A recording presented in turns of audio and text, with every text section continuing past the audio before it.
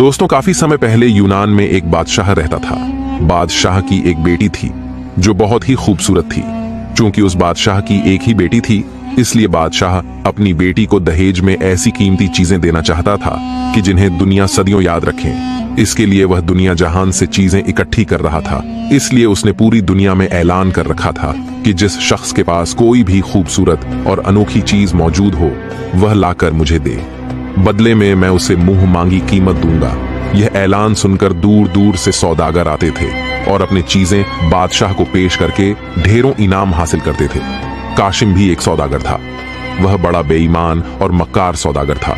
हमेशा अपने ग्राहकों को घटिया माल देता था और चिकनी चुपड़ी बातें करके ज्यादा दाम वसूल कर लेता था। बादशाह का ऐलान सुनकर उसके मुंह में भी पानी भर आया और वह सोचने लगा कि वह कौन सी चीज बादशाह के पास लेकर जाऊं।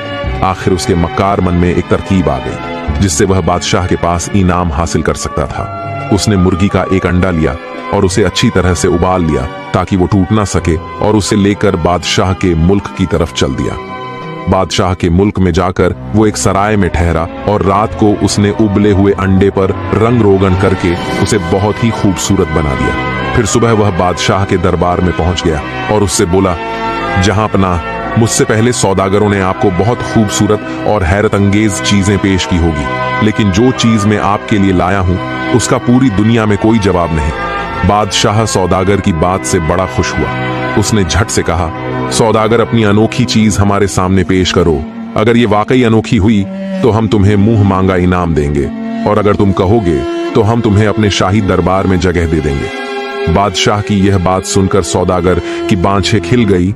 उसने कमर के साथ बंधी हुई थैली में से मुर्गी का उबला हुआ अंडा, जिस पर उसने रंग रोगन कर दिया था, उसको निकालकर बादशाह के सामने पेश किया और अदब से बोला, आलम पनाह, यह दुनिया का सबसे कीमती मोती है।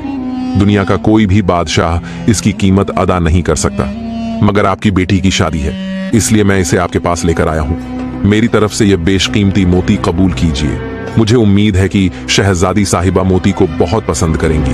बादशाह ने रंगीन अंडे को देखा तो खुशी से उछल पड़ा, क्योंकि इसने इससे पहले वाकई ऐसा मोती कभी नहीं देखा था।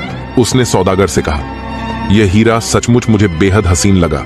हमने पहले कभी ऐसा रहा नहीं देखा। इसका हम तुम्हें मुंह मांगा इनाम देंगे, लेकिन इससे पहले हम यह शहजादी का को दिखाएंगे। हो सकता है कि हमारी बेटी को यह हीरा पसंद ना आए। वैसे इसके साथ वाला हीरा भी मौजूद होता तो मजा आ जाता। यह कहकर बादशाह ने एक कनीज के हाथ सौदागर का पेश किया हुआ अंडा शहजादी के पास भेज दिया। शहजादी अपनी सहेलियों के दरमियान बैठी थी। उसने कनीज से मोती लेकर देखी तो फौरन समझ गई, ये तो मुर्गी का अंडा है जिस पर रंग रोगन किया हुआ था। शहजादी ने सौदागर की मक्कारी भांप ली, मगर उसने इसका इजहार नहीं किया। असल में वो सौदागर को उसकी धोखेबाजी पर सजा देना चाहती थी। चुनांचे उसने कनीज के हाथों बादशाह को पैगाम भेजा कि हीरा मुझे पसंद आ गया है, लेकिन सौदागर को हुक्म दीजिए कि ऐसा ही एक और हीरा लाए ताकि मैं दोनों मोतियों को कानों में पहन सकूं। अगर सौदागर दूसरा हीरा लाने से इनकार करे तो उसका सर कलम कर दीजिए। कनीज ने यह पैगाम बादशाह को दिया तो बादशाह ने सौदागर से कहा, भाई सौदागर, हमारी बेटी को तुम्हारा हीरा पसंद आ गया है, मगर उसने एक शर्त रखी है कि इस हीरे की कीमत सौदागर को तभी अदा की जाए जब वह ऐसा ही एक और हीरा लाए, और अगर वह दूसरा हीरा नहीं लाया तो उसकी गर्दन काट दी जाए। सौदागर ने बादशाह की जबान से शहजादी की शर्त सुनी तो उसका रंग उड़ गया। उसने सोचा कि अब क्या करूं। मुर्गी का एक और अंडा उबाल कर लाऊं तो हो सकता है कि उस पर ऐसा रंग रोगन न कर सकूं जैसा पहले अंडे पर किया था।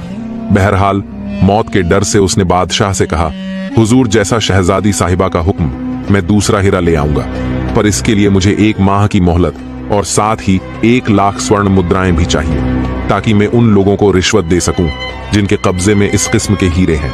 क्योंकि बादशाह सीधा साधा इंसान था, इसलिए शहजादी से पूछे बगैर ही सौदागर को 1 लाख स्वर्ण मुद्राएं दे दी, जिन्हें लेकर सौदागर इस मुल्क से गायब हो गया। उसने मुर्गी के एक अंडे की 1 लाख अशर्फियां वसूल कर ली थीं। फिर अब उसे वहां ठहरने की भला क्या जरूरत थी। सौदागर बादशाह के मुल्क से जैसे ही निकला, एक दूर दराज के मुल्क में जा छुपा। वहां उसने 1 लाख अशर्फियों की मदद से एक आलीशान महल खरीदा और ठाठ से रहने लगा। उस सौदागर का नाम कासिम था। जब वह भाग गया तो शहजादी ने अपने बाप बादशाह से कहा, अब्बा जान, आपने उस धोखेबाज को 1 लाख स्वर्ण मुद्राएं क्यों दे दी? वो तो आपको एक मुर्गी का अंडा बेच गया और अब कभी नहीं वापस आएगा। बादशाह ने बेटी की जबान से जब ये सब सुना तो गुस्से से लाल पीला हो गया। उसने गुस्से से कहा, वह मक्कार तो कहता था कि यह हीरा है, इसीलिए मैंने उसे 1 लाख मुद्राएं दे दी कि वह ऐसा ही एक और हीरा लाए। बेटी, तुमने मुझे पहले क्यों नहीं बताया कि वह सौदागर शैतान का बच्चा है और हमें धोखा देने की कोशिश कर रहा था? जवाब में शहजादी बोली, अब्बाजान, मुझे क्या मालूम था कि आप इतनी जल्दी में उसे 1 लाख अशरफियां दे देंगे। मेरा ख्याल तो यह था कि आपको उसे कुछ देना होगा तो मुझसे जरूर मशविरा करेंगे। इससे पहले भी तो हर सौदागर को आप इनाम मुझसे पूछ कर देते थे। तब बादशाह को अपनी गलती का एहसास हुआ कि उसने अपनी बेटी से मशवरा न करके गलती की थी। बहरहाल अब क्योंकि गलती हो चुकी थी, इसलिए बादशाह ने गरज कर कहा, हम उस मक्कार सौदागर को जिंदा नहीं छोड़ेंगे। अगर वह जमीन के अंदर भी घुस जाए तो उसे ढूंढ निकालेंगे, जिसने हमें धोखा दिया है, और धोखा देने वाले को मैं कभी माफ नहीं करता। शहजादी ने अपने बाप का फैसला सुनी तो बोली, अब्बा जान, आप उस मक्कार सौदागर को कैसे गिरफ्तार करेंगे? लाजमी बात यह है कि वह किसी और मुल्क में जा छुपा होगा और पता नहीं वह कौन सा मुल्क होगा। हो सकता है वह जिस मुल्क में हो वहां का बादशाह आपका दुश्मन हो और वह उस सौदागर को आपके हवाले न करे। बादशाह के दिमाग में यह ख्याल नहीं आया था। फिर बादशाह ने शहजादी से कहा, तुम्हारी बात तो ठीक है बेटी, फिर क्या किया जाए? जवाब में शहजादी बोली, आप फिक्र न करें अब्बा जान, सजा तो उस शैतान को मैं दूंगी और उसे ऐसी सजा दूंगी कि सारी दुनिया याद रखेगी। यह कहकर शहजादी ने मर्दाना लिबास पहना और घोड़े पर बैठकर उस मक्कार सौदागर की तलाश में निकल पड़ी। शहजादी ने एक मुल्क देखा, दूसरा मुल्क देखा, तीसरा और चौथा देखा, और इस तरह वह कई मुल्कों के खाक छानती उसी मुल्क में जा पहुंची जिसमें वह सौदागर रहता था। वहां के लोगों से पूछने पर जल्द ही उसका पता हासिल कर लिया और उसे पता चला कि यहाँ एक नया दौलतमंद शख्स आया है जिसने बहुत आलीशान महल तामीर कराया है और उसका नाम कासिम है।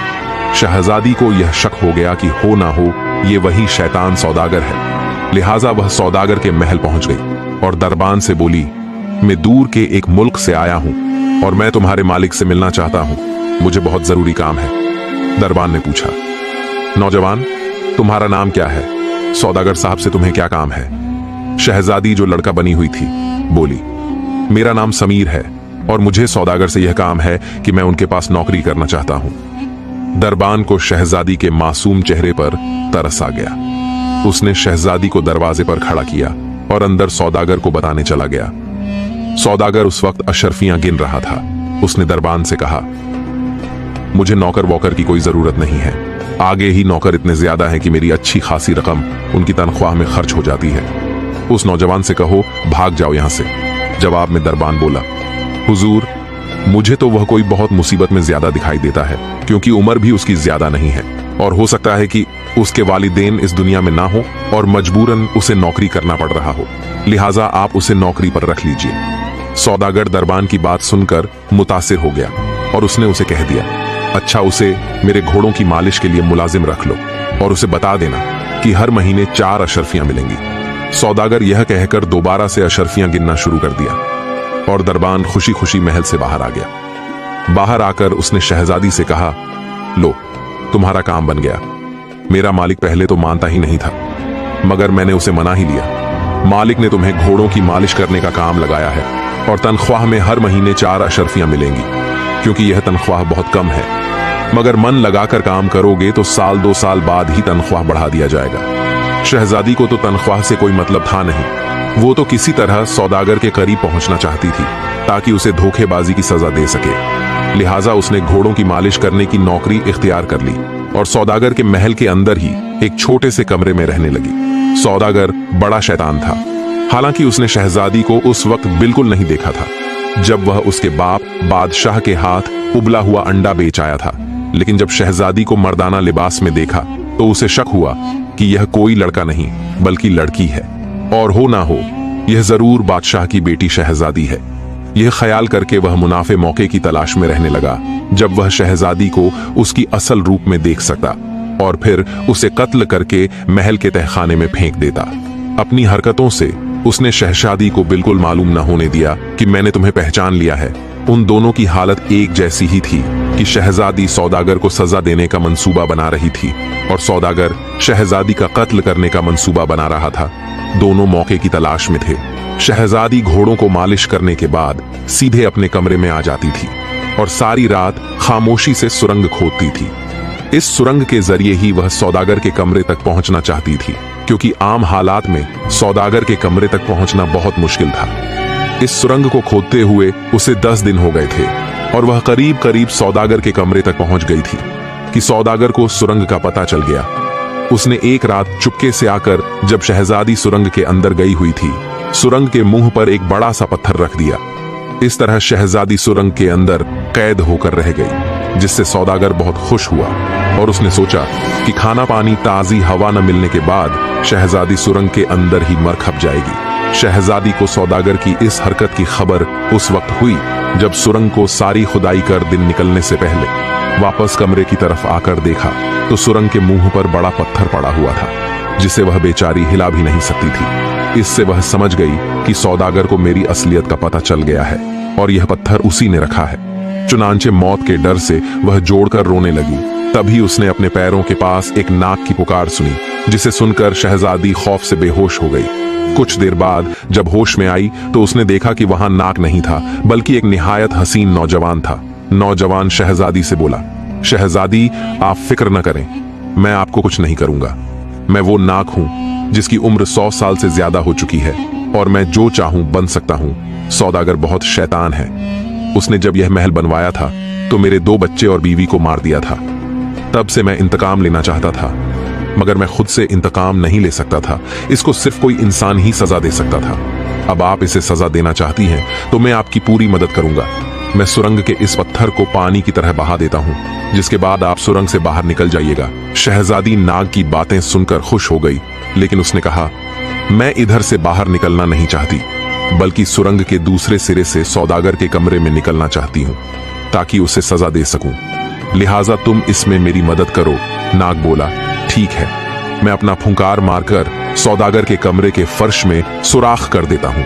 आप ऊपर जाकर उसे सजा दें। यह कहकर नाग और शहजादी सुरंग के दूसरे सिरे पर पहुंच गए, जहां नाग ने जहरीली फूंक मारकर सुरंग से सौदागर के कमरे का फर्श फाड़ दिया, जिसके रास्ते शहजादी ने ऊपर जाकर सोए हुए सौदागर को कत्ल कर दिया। उसके साथ ही नाग ने फूंक मारकर सुरंग का ढारणा बंद कर दिया और हमेशा हमेशा के लिए गायब हो गया। फिर शहजादी भी रातों रात महल वापस भाग आई। प्यारे दोस्तों, कभी किसी इंसान को धोखा नहीं देना चाहिए।